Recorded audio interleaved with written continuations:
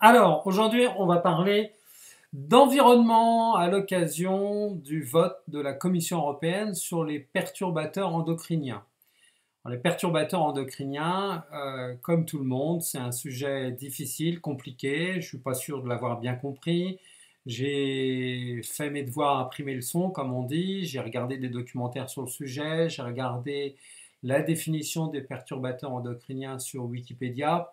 Ça ne fait pas de moi un expert, mais simplement, il y a quand même des éléments qui permettent de faire avancer la réflexion. Alors en particulier, hier, il y a eu un vote au sein de la Commission européenne. Alors plus exactement, et là je vais lire directement sur mon prompteur, la Commission européenne a fini par obtenir, mardi 4 juillet, en comité permanent de la chaîne alimentaire et de la santé animale, donc c'est un comité particulier, un vote favorable des États membres à son projet controversé de définition réglementaire des perturbateurs endocriniens, ces substances chimiques omniprésentes dans l'environnement et les objets de consommation courante. Alors voilà, donc ça c'était mardi. Donc il y a eu un vote de définition, enfin, ça faisait depuis 1999 qu'on attendait ça, de définition de la notion de ces fameux perturbateurs endocriniens qui sont des combinaisons de produits chimiques, ce n'est pas une substance chimique isolée, c'est une combinaison qui a une influence sur notre système endocrinien. Le système endocrinien, c'est quoi? Je vais vous dire ce que j'en ai compris. C'est le système qui permet la circulation des hormones au sein de notre corps. Et les hormones sont en fait des messagers entre les organes, donc pour produire plus de ceci, produire, réguler cela, etc., etc. Donc on imagine bien que si on perturbe ce système, eh bien, ça a des conséquences en cascade multiples, des maladies plus ou moins discrètes, etc.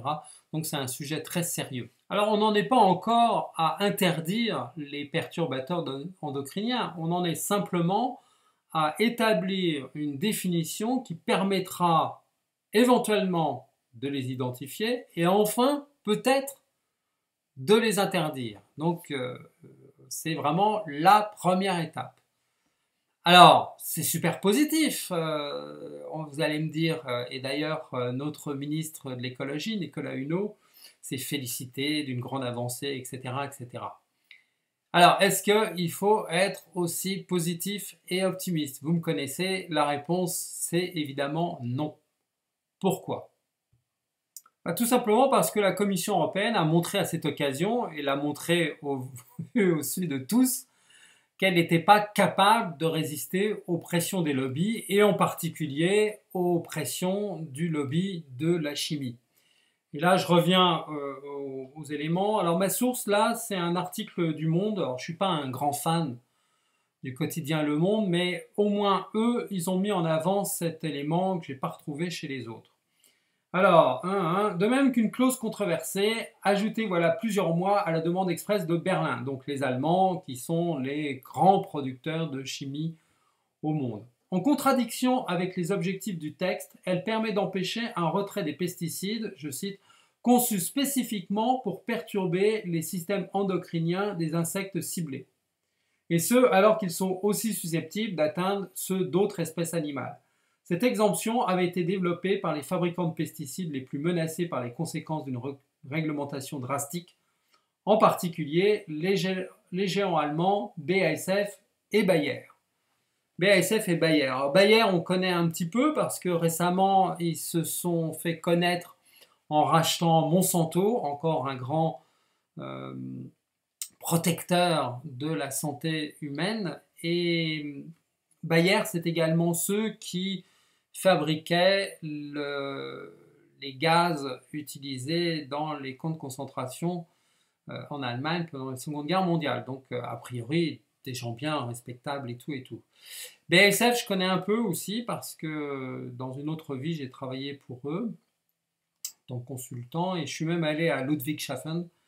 C'est-à-dire Ludwigshafen, c'est BASF ville, c'est l'endroit où il y a le siège social, mais c'est l'endroit aussi où il y a une très grande usine. Donc je connais un petit peu ces contextes. Donc nos amis chimistes allemands disent d'accord pour définir les perturbateurs endocriniens, mais à la base, il ne faudra pas prendre en compte nos produits qui ont été conçus spécifiquement pour attaquer justement le système endocrinien, parce que sinon, bah, c'est sûr, là, on va plus pouvoir les faire, on va plus pouvoir les vendre. C'est embêtant, vous comprenez. Alors, c'est extraordinaire, parce que là, la Commission européenne dit, ah bah oui, c'est vrai, ah bah oui, on va pas les mettre, alors bien sûr, hein, on va pas vous embêter, on va pas venir perturber, on va pas venir perturber votre petit business. Si justement vous attaquez le système endocrinien, ah bah alors d'accord, c'est bon, hein, on va rien faire.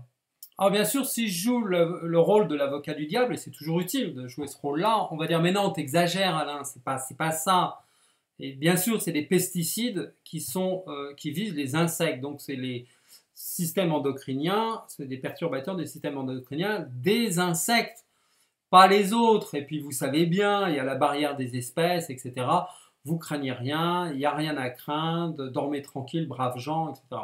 On sait par expérience ce que valent ce genre de précautions, ce genre de déni. On sait très bien que la barrière des espèces est une illusion, on sait très bien qu'on n'en sait pas assez justement sur ces notions-là et que le principe de précaution, qui des fois est utilisé à tort et à travers, devrait nous inciter à interdire a priori ces saloperies. Mais non, la Commission européenne montre qu'elle est à la botte des lobbies et en particulier du lobby de la chimie. Alors c'est une occasion que j'attendais depuis longtemps de parler d'environnement.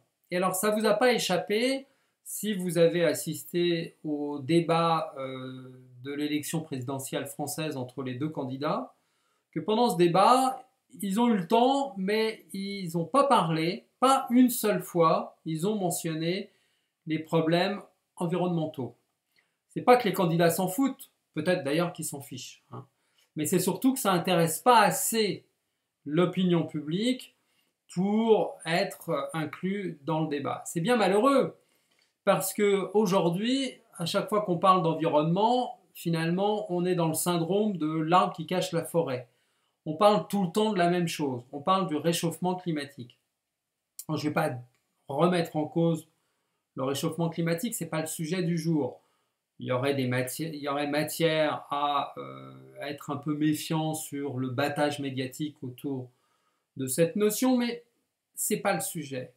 Le sujet, c'est que surtout, le réchauffement climatique, il aide beaucoup toute la technostructure à faire du greenwashing, en quelque sorte. C'est-à-dire que, bah, si, regardez, on est vachement préoccupé par l'environnement, puisque on s'occupe du réchauffement climatique. Mais du coup, on ne s'occupe pas des autres sujets, des vrais sujets. Et le sujet des substances chimiques, c'est un sujet particulièrement important et qui est trop souvent mis de côté, étouffé ou manipulé. Et on le voit particulièrement à l'occasion de cette affaire des perturbateurs endocriniens.